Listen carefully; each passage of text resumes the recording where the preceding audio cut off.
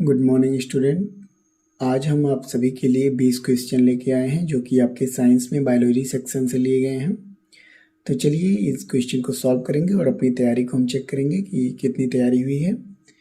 तो पहला क्वेश्चन है हमारा, डीएनए में होते हैं, आखिर डीएनए के अंदर क्या चीज़ें पाई जाती हैं। आपके पास ऑप्शन है amino acid, peptides, peptones, nucleotides. तो इसका सही जवाब हो जाएगा ऑप्शन डी, न्यूक्लियोटाइड्स। हम सभी को पता है कि डीएनए न्यूक्लियोटाइड्स प्लस फॉस्फेट का एक समूह होते हैं।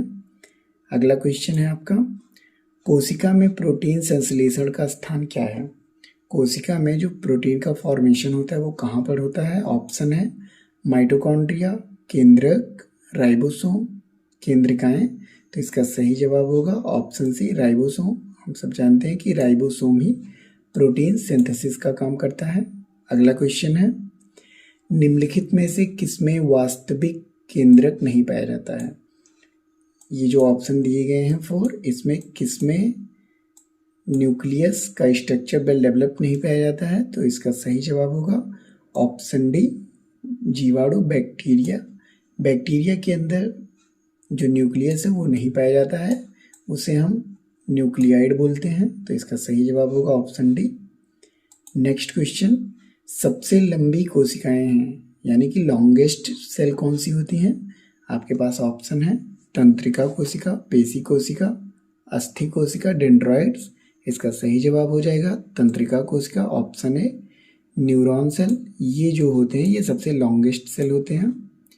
अगला क्वेश्चन है, राइबोसोम किसके बने होते हैं। तो राइबोसोम आपके पास ऑप्शन है डीएनए प्लस प्रोटीन के, या फिर सिर्फ डीएनए के, आरएनए प्लस प्रोटीन के, आरएनए प्लस डीएनए के। तो इसका सही जवाब हो जाएगा आरएनए प्लस प्रोटीन।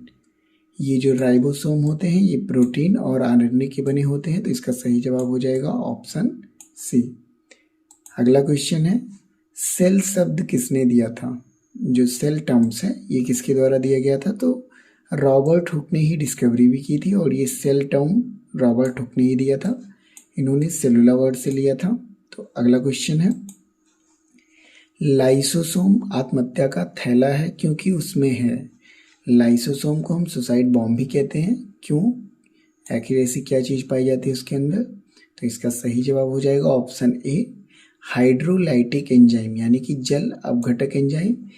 इन्हीं की वजह से हम लाइसोसोम को आत्महत्या की थैली या सुसाइड बॉम्ब भी बोलते हैं। अगला क्वेश्चन है, कोशिका का पावर हाउस कौन है, यानी कि सेल का जो पावर हाउस है वो किसे कहा जाता है। तो सेल का पावर हाउस बहुत ही सिंपल क्वेश्चन है, माइटोकॉन्ड्रिया को कहा जाता है। हम काफ़ी छोटे क्लास से ही पढ़ते चले आ रहे हैं।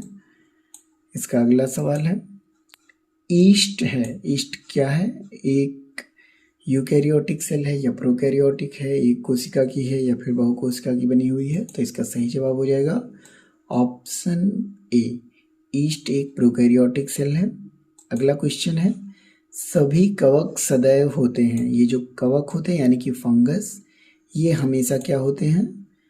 ऑप्शन है ऑटोट्रॉप्स, हेटेरोट्रॉप्स, पैरासाइट या फिर सैप्रोट्रॉप्स। तो इसका सही जवाब होगा ऑप्शन डी, सैप्रोट्रॉप्स यानी कि मृतोपजीवी। ये टोटल फंगस सैप्रोट्रॉप्स होते हैं, यानी ये डेड एंड डिकेइंग चीज़ों पे, सड़ी गली चीज़ों पे ही उगते हैं। अगला क्वेश्चन है, कवकों में संचित भोज्य पदार्थ होता है, यानी कि फंगस के अंदर जो फूड स्टोरेज का काम होता है वो किसके द्वारा होता है। तो फंगस के अंदर ग्लाइकोजन या फिर तेल, ऑयल, ये फूड मटेरियल के रूप में रिजर्व होता है।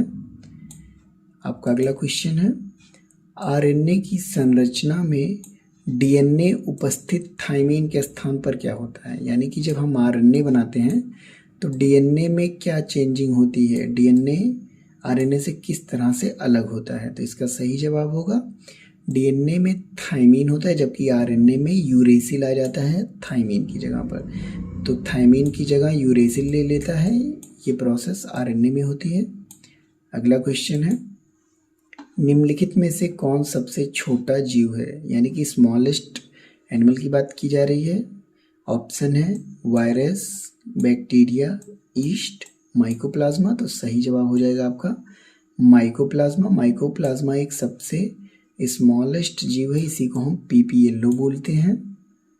तो ये सबसे छोटा पाया जाता है। प्लूरोनिमोनिया लाइक ऑर्गेनिज्म इसका फुल फॉर्म होता है। नेक्स्ट क्वेश्चन है प्लाज्मा झिल्ली, जो प्लाज्मा मेम्ब्रेन होता है उसका क्या काम है? तो इसका सही जवाब होगा ये कोशिका में जल, खनिज, लवण प्रवेश या निकास को नियंत्रित करती हैं। यानी कि सेल के अंदर जो चीज़ें बाहर जाएंगी या फिर बाहर से अंदर आएंगी उन सबको सेल मेम्ब्रेन ही रेगुलेट करता है। अगला क्वेश्चन है आपका, अगला क्वेश्चन है इलेक्ट्रॉन सूक्ष्मदर्शी की उच्चतम मैग्निफिकेशन कितना होता है? तो इसका सही जवाब हो जाएगा ऑप्शन डी 2 लाख। यानी कि जो इलेक्ट्रॉन माइक्रोस्कोप है ये 2 लाख गुना तक चीज़ों को मैग्नीफाई करके दिखाता है। अगला क्वेश्चन है 1 एंगस्ट्रॉम बराबर होता है, 1 एंगस्ट्रॉम में कितने मीटर होते हैं? क्वेश्चन को हम इस तरह से भी पढ़ सकते हैं। तो इसका सही जवाब हो जाएगा option 10 to the power -10 metre. यानी कि 1 एंगस्ट्रॉम में 10 टू द पावर -10 मीटर के इक्वल होता है। अगला क्वेश्चन है एक कोशिका में सर्वाधिक पाए जाने वाले पदार्थ हैं। यानी एक सेल के अंदर सबसे ज़्यादा क्या चीज़ें पाई जाती हैं? ऑप्शन है न्यूक्लिक एसिड, फैट, कार्बोहाइड्रेट या फिर प्रोटीन। तो इसका सही जवाब होगा ऑप्शन डी प्रोटीन। किसी भी सेल के अंदर सबसे ज़्यादा प्रोटीन पाया जाता है। अगला क्वेश्चन है कोशिका सिद्धांत प्रतिपादित किया गया था। ये जो सेल थ्योरी है ये किसके द्वारा दी गई थी? सेल थ्योरी को 1839 में दिया गया था। तो साइंटिस्ट का क्या नाम है? ऑप्शन है इलूरिया, सटन एवं बॉवेरी ने, स्लाइडेन एवं सॉन ने, जैकब एंड मोनार्ड ने। तो इसका सही जवाब होगा ऑप्शन सी स्लाइडेन एवं सॉन ने। स्लाइडेन एंड सॉन ने सेल थ्योरी को दिया था। अगला क्वेश्चन है पादप कोशिका में जंतु कोशिका से भिन्नता के लिए निम्नलिखित में से एक लक्षण प्रमुख है। यानी कि जो प्लांट सेल है वो एनिमल सेल से किस तरह से डिफर है, इसका एक कैरेक्टर बताना है। तो सभी पादप, ऑप्शन है आपके पास, सभी पादप कोशिकाओं में क्लोरोफिल होता है। तो ये गलत हो जाएगा। पादप कोशिकाओं में केवल स्मूथ आरएनए होता है, ये भी सही नहीं है।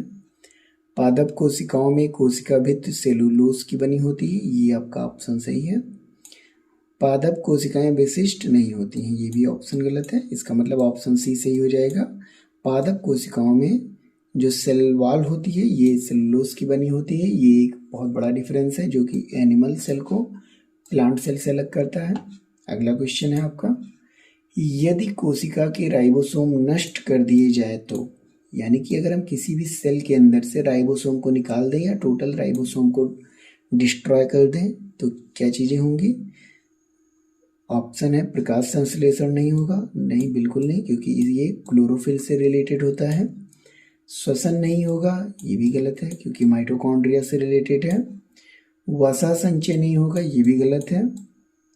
नेक्स्ट क्वेश्चन प्रोटीन संश्लेषण नहीं होगा, सॉरी ऑप्शन प्रोटीन संश्लेषण नहीं होगा, ऑप्शन डी सही हो जाएगा क्योंकि राइबोसोम प्रोटीन सिंथेसिस का काम करते हैं तो प्रोटीन फॉर्मेशन होना बंद हो जाएगी। तो आई होप आप सभी को अच्छा लगा होगा। अगर आप सभी को किसी क्वेश्चन, किसी टॉपिक के ऊपर कोई क्वेश्चन चाहिए तो कमेंट बॉक्स में ज़रूर बताइएगा। मिलते हैं नेक्स्ट वीडियो में, तब तक के लिए जय हिंद।